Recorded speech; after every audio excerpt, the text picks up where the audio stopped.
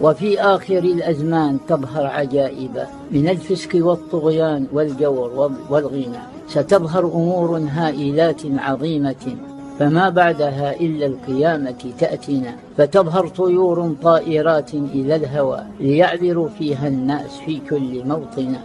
وتظهر دوابا مسرعات بسرعة فسرعتها كالريح تقصي الأماكن، وبعض من الأعوام تفور جهنم